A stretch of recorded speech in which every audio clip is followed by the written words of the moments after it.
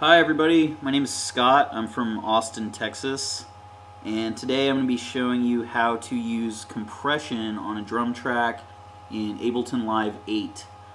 This is something that I recorded. It's just basically a guitar track and a drum, basically two drum mics, two condenser mics recorded overhead, just straight into my Fast Track Pro, my audio interface.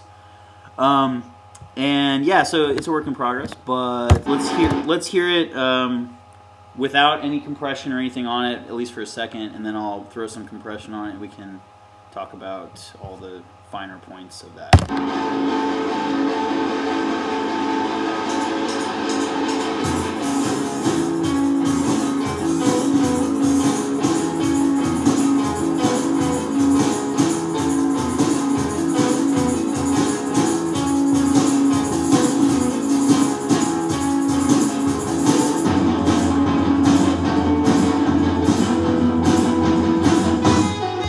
Okay, so that is just no compression on anything. In Ableton, you have all your effects over here. Basically, you just scroll down to your compressor, pick one that you like how it sounds. I like this first one actually, 1976, because it's not that one.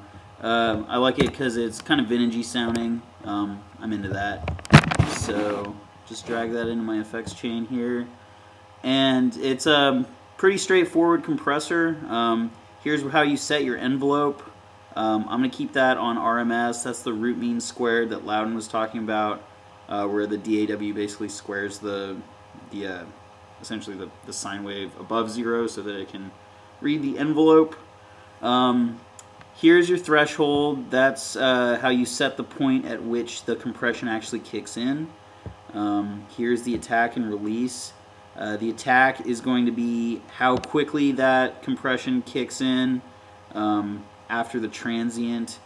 If you keep that low, it's gonna reduce the transient. It's gonna bring down the level really quickly.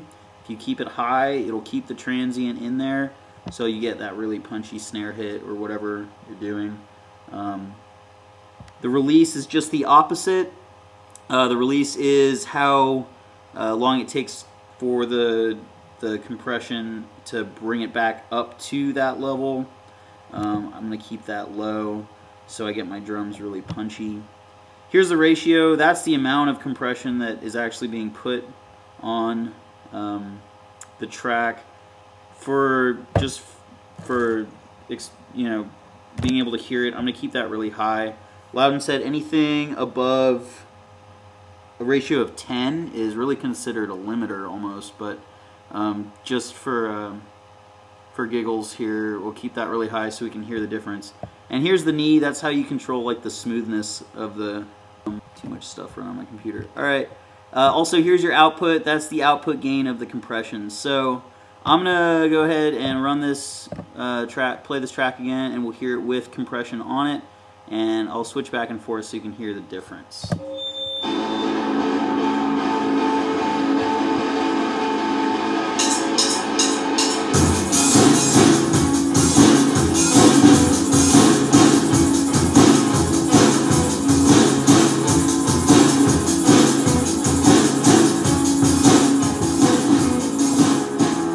That's without compression.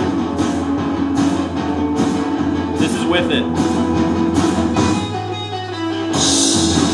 Makes a big difference.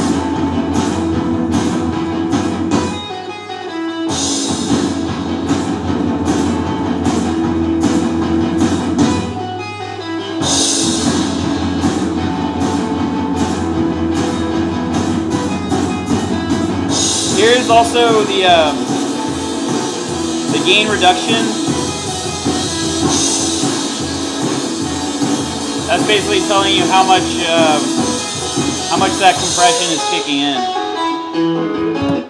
and that's about it. So yeah, compression. It's a really good tool. I think especially for drums and bass, and when you want to make something sound really punchy and really cut through the mix. So yeah, I hope this was informative and interesting, and thanks for watching.